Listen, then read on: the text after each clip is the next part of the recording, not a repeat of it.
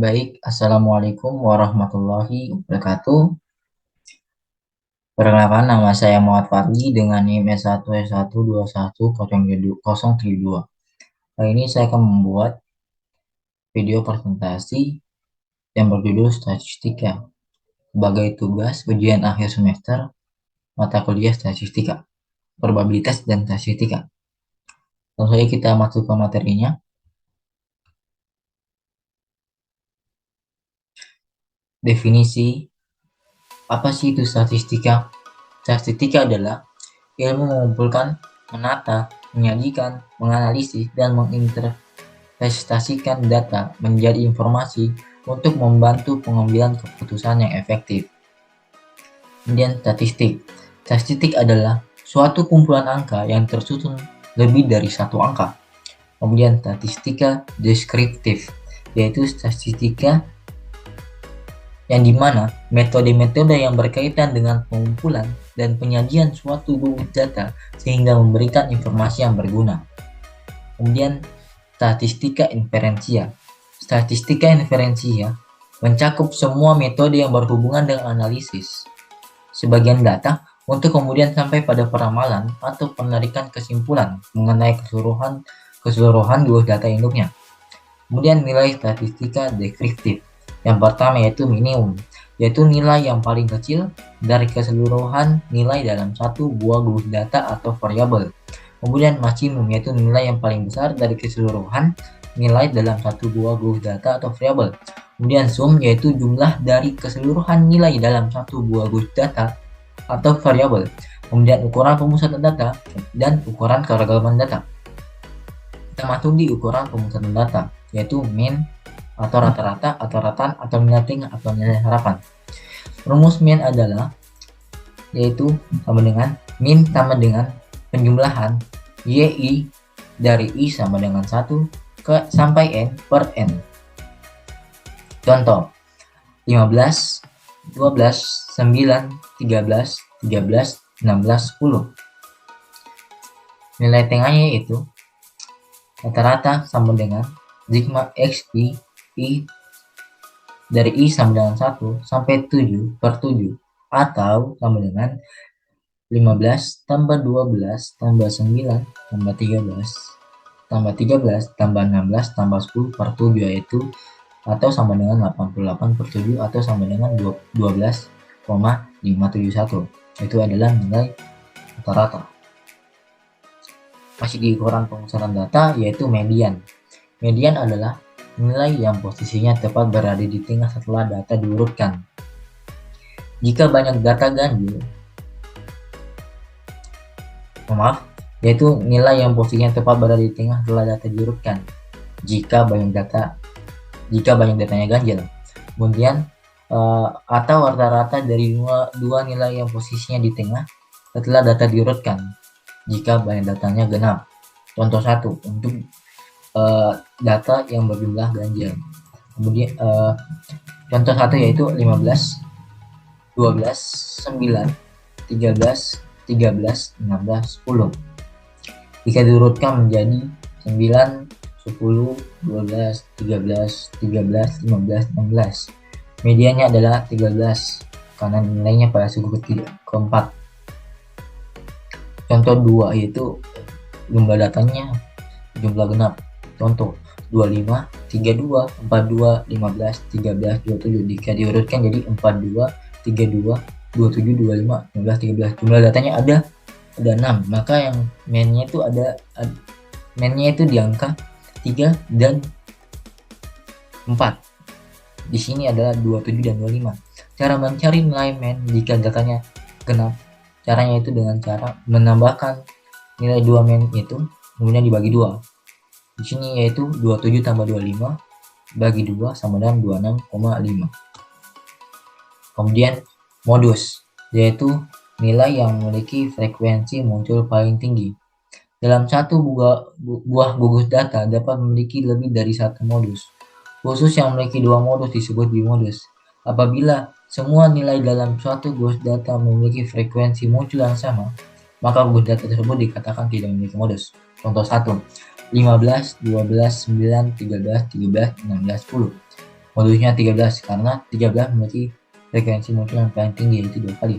Kemudian contoh 2, 15, 12, 9, 13, 13, 16, 10, dan 9. Modusnya adalah 9 dan 10 karena 9 dan 13 memiliki frekuensi muncul yang paling tinggi, yaitu 2 kali. Ini yang disebut dengan bimodus karena memiliki 2 modus dalam satu variabel. Contoh ketiga yaitu 15, 12, 15, 9, 13, 17, 16, 12, 9, dan 16. Ini dia memiliki modus karena memiliki frekuensi muncul yang sama tinggi, yaitu 2 kali muncul setiap angka. Kita lanjut di ukuran keragaman data, yaitu wilayah acaranya, yaitu selisih dari nilai terkecil dan terbesar. Contoh 1, 15, 12, 9, 13, 13, 16, 10. Wilayahnya yaitu nilai terbesarnya adalah 16 dan nilai terkecilnya 9, maka wilayahnya itu sama dengan 16 kurang 9 atau sama dengan 7. Rumus mencari ragam varian jika menggunakan rumus untuk data populasi, rumusnya itu sama dengan sigma xi kurang mikro pangkat 2 dari i sama dengan 1 sampai dengan n per n. Atau untuk data contoh atau sampel, rumus varian itu sama dengan sigma dalam kurung xi kurang rata-rata pangkat 2 dari i sama dengan 1 sampai dengan n per n kurang 1.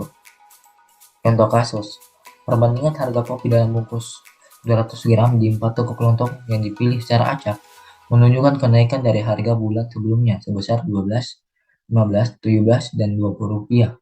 Itulah ragam contoh kenaikan harga kopi tersebut. Pertama, kita harus mencari nilai tengah atau nilai rata-rata.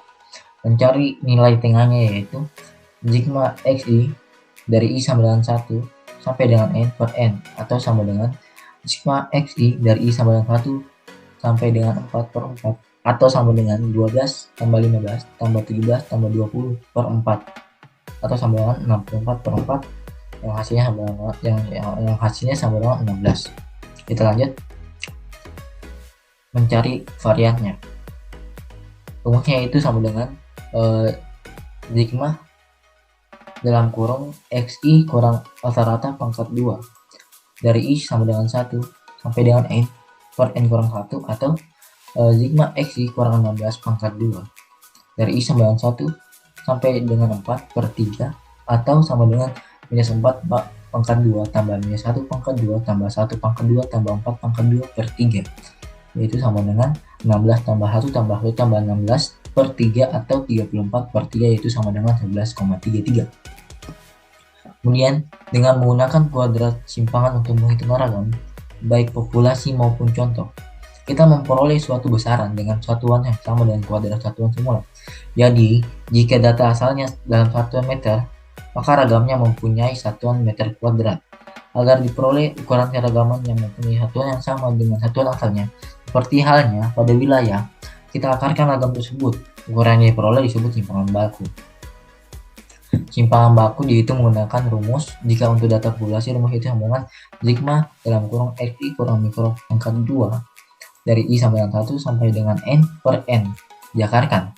Kemudian kalau untuk contoh data contoh yaitu x sama dengan akar sigma xi kurang rata-rata pangkat 2 dari i sama dengan 1 sampai dengan n di per n kurang 1.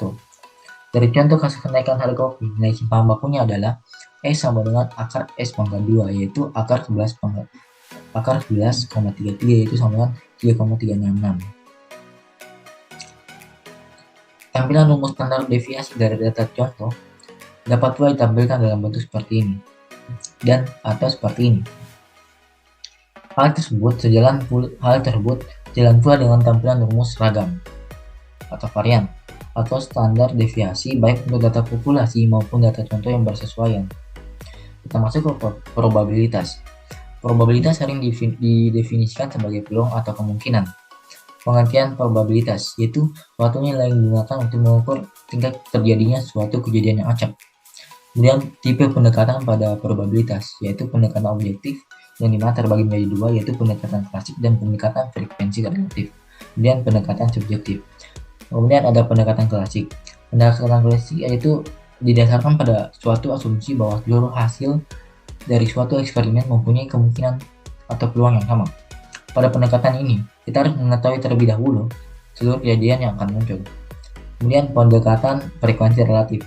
Pendekatan ini digunakan untuk mengantisipasi kelemahan yang ada pada pendekatan klasik. Frekuensi relatif pada dasarnya bisa digunakan untuk memperkirakan nilai probabilitas. Rumusnya itu sama dengan probabilitas terjadi suatu kejadian itu sama dengan frekuensi terjadinya kejadian di per jumlah observasi. Kemudian pendekatan subjektif. Didasarkan atas penilaian seseorang dalam menyatakan tingkat kepercayaan. Kemudian, jika tidak pengalaman atau pengamatan masa lalu sebagai dasar untuk perhitungan probabilitas, maka probabilitas itu bersifat subjektif. Kemudian, biasanya itu terjadi dalam bentuk opini atau pendapat. Kemudian, aturan dasar probabilitas. Itu aturan pertama itu aturan penjumlahan, yaitu kejadian yang saling menyenangkan dan kejadian yang tidak saling menyenangkan. Kemudian, kedua aturan perkalian yang aturan kedua yaitu aturan perkalian, yaitu yang dimana isinya ada kejadian bersyarat dan kejadian bebas. Kejadian saling menghilangkan. Jika terdapat dua jenis kejadian, misalnya kejadian A dan B, jika kejadian A terjadi, maka kejadian B tidak akan terjadi atau sebaliknya. Rumusan probabilitasnya yaitu P dalam kurung A gabung B sama dengan P dalam kurung A tambah P dalam kurung B. Kemudian kejadian tidak saling menghilangkan, yaitu jika terdapat dua jenis kejadian, misalnya kejadian A dan B, jika kejadian A terjadi, maka kejadian B bisa saja terjadi atau sebaliknya. Rumusan probabilitasnya itu P dalam kurung A gabung B sama dengan PA tambah PB kurang PA gabung B, iris B. Kemudian kejadian bersyarat satu. Jika terdapat dua jenis kejadian, misalnya kejadian A dan B, kemudian yang kedua yaitu kejadian A bisa terjadi jika kejadian B sudah terjadi atau sebaliknya. Kemudian kejadian bersyarat 2. Rumusan probabilitasnya itu P dalam kurung A per B sama dengan P dalam kurung A iris B per PB. Kemudian yang kedua P dalam kurung B per A sama dengan P dalam kurung B gabung A per P dalam kurung A untuk kejadian bersyarat 2. Kejadian bebas. Jika terdapat dua jenis kejadian, misalnya kejadian A dan B, kejadian A dan kejadian B tidak saling berhubungan satu dengan yang lainnya.